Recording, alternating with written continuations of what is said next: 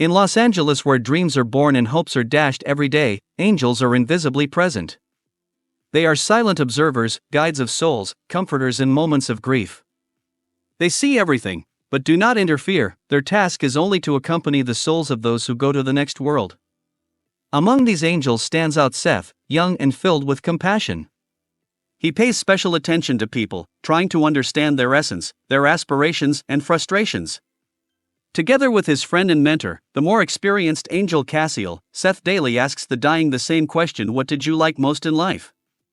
The answers are often simple and touching, revealing to the angels a world of human feelings, a world in which they, beings immortal and incorporeal, cannot fully participate.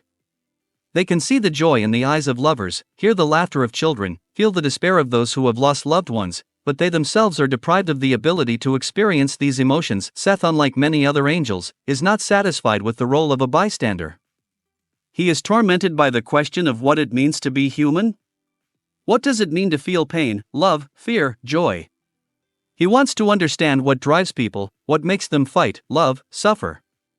He longs to touch this world, to taste it, to smell it, to feel its warmth. Once watching the work of cardiac surgeon Maggie Rice in one of the hospitals in Los Angeles, Seth feels a particularly strong surge of sympathy and admiration.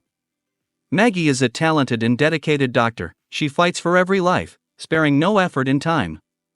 But despite her professionalism and dedication, she is not always able to defeat death. Seth sees how Maggie suffers each loss, how she doubts herself, how fatigue and frustration erode her confidence. He sees her sleepless nights spent in the operating room, her busy days full of responsibility and stress. But he also sees her joy when she succeeds in saving a life, her smile when she sees a patient on the mend, her satisfaction at a job well done. Maggie is a complex and contradictory person. On the one hand, she is a strong and independent woman, confident in herself and her abilities. On the other hand, she is very vulnerable and sensitive, in need of love and support. She has dedicated herself to medicine, striving to help people, but deep down she is looking for something more: love, family, happiness. She tries to find a balance between her work and personal life, but she doesn't always succeed. She feels lonely and unfulfilled despite her success and recognition. Seth becomes more and more attached to Maggie. He watches her every move, trying to understand her thoughts and feelings. He sees her weaknesses and her strengths, her dreams and her disappointments. He wants to be there for her, to support her, to comfort her.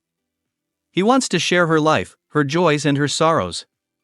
He wants to feel what she feels, and Maggie in turn begins to feel someone's invisible presence beside her. She feels that she is being watched, that someone invisible is near her. At first she thinks that this is just a figment of her imagination, the result of stress and fatigue. But as time passes, she begins to realize that it is something real, something inexplicable. She feels uneasy and anxious, but at the same time she is curious and interested. One day Seth decides to open up to Maggie. He appears to her in his angelic form, but without wings so as not to frighten her. He tells her about himself, his work, and his love for her. Maggie can't believe her eyes and ears at first. She thinks she's gone crazy, that she's dreaming it all. But seeing the sincerity and purity in Seth's eyes, she begins to believe him. She realizes that in front of her stands not an ordinary man, but an angel. An unusual and touching friendship develops between Seth and Maggie. They spend a lot of time together, talking about everything in the world, walking around the city, visiting museums and concerts. Seth helps Maggie cope with her worries, gives her advice and support. Maggie helps Seth to understand human nature, to learn to appreciate the simple joys of life, to feel the beauty of the world. Seth falls more and more in love with Maggie. He realizes that his love for her is not a simple infatuation, but something much larger and deeper. He wants to be with her forever, wants to share with her all the joys and hardships of human life. He wants to become human to be with her. Cassiel tries to talk Seth out of this crazy act.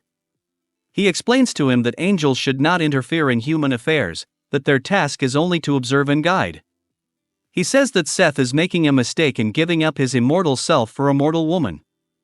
But Seth is adamant. He is willing to sacrifice everything for the love of Maggie. Seth decides to take a desperate step. He climbs down from the roof of a tall building and jumps down.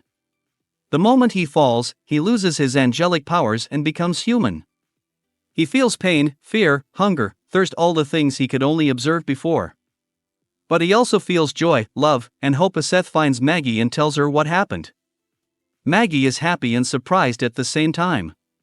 She is glad that Seth has made such a sacrifice for her, but she also fears for his future. She realizes that a man's life is full of hardships and challenges, and she's not sure Seth will be able to handle them. Seth and Maggie spend a night together full of love and passion. They savor every moment, every touch, every kiss. Seth is experiencing physical pleasure for the first time in his life, feeling the warmth of a human body, tasting passion. He is happier than he has ever been before. The next morning, Maggie rides her bicycle to the store to get oranges. Seth stays at home, waiting for her return. But Maggie does not return. She has a tragic accident and dies instantly. Seth is devastated and broken. He has lost all of his angelic self, his love, his hope. He doesn't understand why fate is so cruel to him. He feels betrayed and deceived. He doesn't know how to move on with his life. Seth, in despair, turns to Cassiel for help and comfort. Cassiel comes to him and embraces him. He says that he understands his pain, that he sympathizes with his loss. He explains that Maggie's death is a tragedy, but it is also part of being human. He says that the love that Seth felt for Maggie is the most precious thing he could have gotten. He says that Seth should move on with his life and remember Maggie and keep her in his heart. He says that Maggie will always be there for him, in his thoughts and in his soul. Seth listens to Cassiel's words and slowly begins to come to his senses. He realizes that life goes on despite all the losses and disappointments.